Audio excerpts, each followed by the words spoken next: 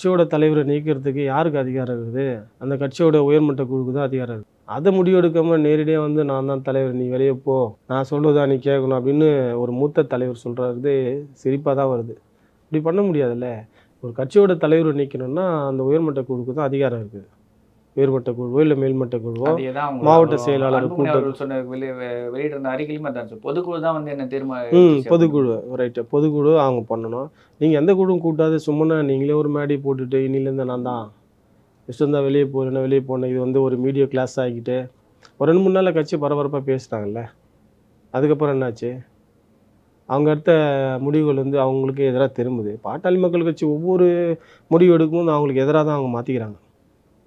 அவங்க எதிராக தான் மாற்றிடுறாங்க. இன்றைக்கி தமிழ்நாட்டில் வந்து சமூக நீதி பாட்டாளி வர்க்கத்துக்கு பாடுபட்ட ஒரு மாபெரும் இயக்கம் பாட்டாளி மக்கள் கட்சி.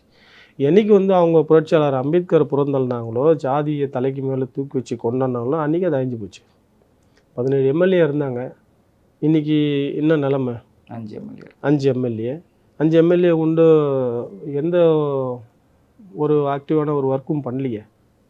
புரியுதா? பாமகோட வீழ்ச்சியே இந்த மாதிரி நிலைக்கு ஆளானதுக்கு காரணமே அன்றைக்கி பாட்டாளி வர்க்கத்து பக்கம் நின்ன ஐயா டாக்டர் ராமதாஸ் வந்து அப்படியே சாதி பக்கம் நின்றதுனால தான். சாதியில் கையில் எடுத்ததுனால சாதியை உயர்த்தி சொல்லி நீ தோல்வி அட்டுறாங்க. இன்றைக்கி எல்லாமே எல்லாம் செய்கிற நாடகத்துலேயே எல்லாமே இதுவும் ஒரு நாடகம்தான். புரியுதுங்களா? அப்படி சொல்கிறாங்க. இப்போ எல்லாம் பேசிட்டு என்ன சொல்கிறாங்க, சித்திரை திருவிழாவில் நாங்கள் ஒன்றாயிடுவாங்க, முழு பௌர்ணமி நிலவில் 2 பேரும் ஒன்றா செய்வாங்க, அப்படியே பிரைட்டாக இருக்கும், பார்க்க தானே போகிறீங்க. ஆனால் ஏற்கனவே இந்த மாதிரி ஒரு பெரிய ஒரு நிகழ்வு அவங்க நடத்தினப்போ அம்மையார் ஜெயலலிதா அவர்களோட ஆட்சி காலத்தில் நடத்தினப்போ ஒரு பெரிய கலவரமே வந்து வெடிச்சிருந்துச்சு. அப்போ எக்கச்சக்கமான பஸ் எரிப்புகள், பஸ் கண்ணாடி உடைக்கிறது, மரத்துக்கு கொளுத்துனது மாதிரி விஷயங்கள்லாம் நடந்துச்சு.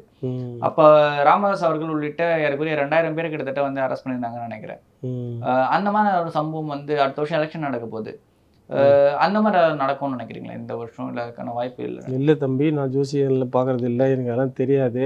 ஏன்னா அந்த மாதிரி நடக்குமா நடக்கூடாது இல்லை இல்லை 10 வருஷம் இல்லை. உங்கள் கேள்வி வந்து நீங்கள் என்னை விட ரொம்ப பெரிய ஆளாக வச்சு கேட்டுங்க, புரியுதுங்களா? இந்த மாதிரி கேள்விக்கெல்லாம் நம்ம பதில் சொல்லக்கூடாது. ஒரு இயக்கத்தோட பிரச்சனை, அவங்க கட்சி